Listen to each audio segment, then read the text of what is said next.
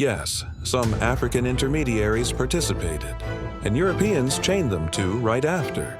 That part always gets skipped, but here's what people refuse to understand.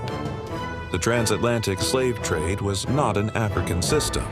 It was engineered, legalized, financed, insured, militarized, and racialized by European Christian empires, Portugal, Spain, Britain, France, and the Netherlands.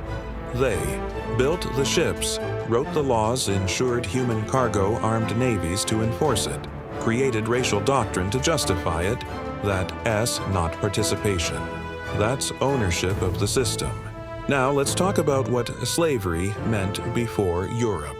In many African societies, slaves were prisoners of war, debt servants, or political captives. They were not race-based, they were not permanent, they married, owned land, earned freedom, and integrated. Their children were not automatically enslaved. There was no concept of people being livestock. There was no chattel slavery. There was no hereditary racial caste. There was no global trafficking industry.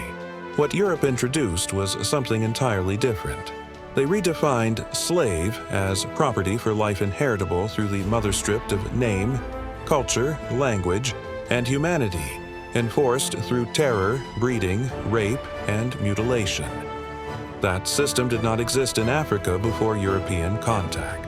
About the African intermediaries, many of them had no idea people were being shipped across oceans, permanently thought captives were being absorbed into labor systems like others. Before, had no knowledge of plantation slavery, racial caste, or lifetime bondage were later betrayed, enslaved, or colonized themselves. Europe weaponized ignorance, guns, debt, and destabilization, then turned around and blamed Africa for the crime. That's called gaslighting history. So, when someone says, Africans sold other Africans, yet what they really doing is protecting European accountability, because participation under coercion is not the same as designing the crime.